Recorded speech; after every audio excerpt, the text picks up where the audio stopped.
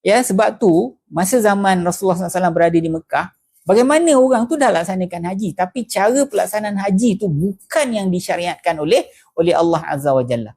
Mereka kok suka-suka sendiri je, tuan-tuan, betul tak? Tawaf dalam keadaan bogil je, tuan-tuan bayangkan, tawaf dalam keadaan telanjang, dan mereka tidak melaksanakan seperti mana yang diperintahkan oleh Allah Azza wa Jalla, kan? Tapi masa mula-mula turun tu dapat tengok bagaimana Nabi Ibrahim dan Nabi Ismail ni, tuan-tuan, ya, dia nak laksanakan ibadat itu seperti mana yang Allah Subhanahu wa taala perintah. Cara dia bagaimana? Minta, wahai ya Allah, tunjuk kami ni macam mana sebenarnya manasik haji ni.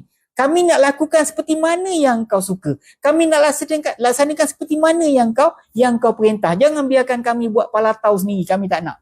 Tunjukkan kami cara-cara dia. Macam tu, tuan-tuan. Jadi betapa mulianya para kedua orang Nabi ni, tuan-tuan. Yang pertama, dia taat pada perintah Allah, dia ikhlas, tuan-tuan.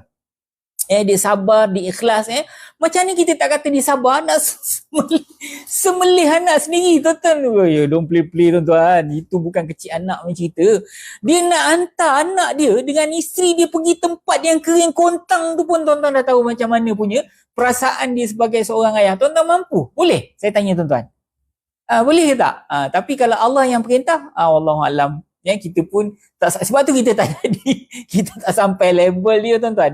Sebab tu kita tak sampai level dia. Tapi bila kita baca ayat ni, patutlah orang Allah pilih kau jadi Nabi. Kita sepatutnya, kita akan rasa macam tu. Patutlah Allah pilih kau jadi Nabi, wahai Ibrahim, kan? Patutlah Allah pilih kau jadi Nabi, Nabi Ismail, kan? Jadi Rasulullah SAW pun serupalah, patutlah Allah pilih Nabi Muhammad SAW tu sebagai Nabi. Kita tak boleh sampai level dia, tuan-tuan. Hantar anak bini kat tempat macam tu, kan? Lepas tu kena sembelih anak. Masa tu dia tak tahu anak dia nak jadi kibas. Betul ke tidak? Mana dia tahu? Kalau dia tahu, dia senyum je sembelih. Kejap lagi anak aku jadi kibas. Sap, kan? Ni dia tak tahu, tuan-tuan, tahu. Dia tak tahu apa yang Allah Ta'ala dah takdirkan untuk dia, kan? Di waktu tu dia buat tu kerana dia taat pada perintah Allah. Sama macam Nabi Ismail, tuan-tuan. Tuan-tuan bayang leher, tuan-tuan. Bapak, tuan-tuan. Nak ya? Gila apa kan? Mana boleh? Tapi Nabi Ismail buat tak? Buat, tuan-tuan. Sebab tu saya kata yang pertama sekali betapa mulianya Nabi dua orang ni, tuan-tuan.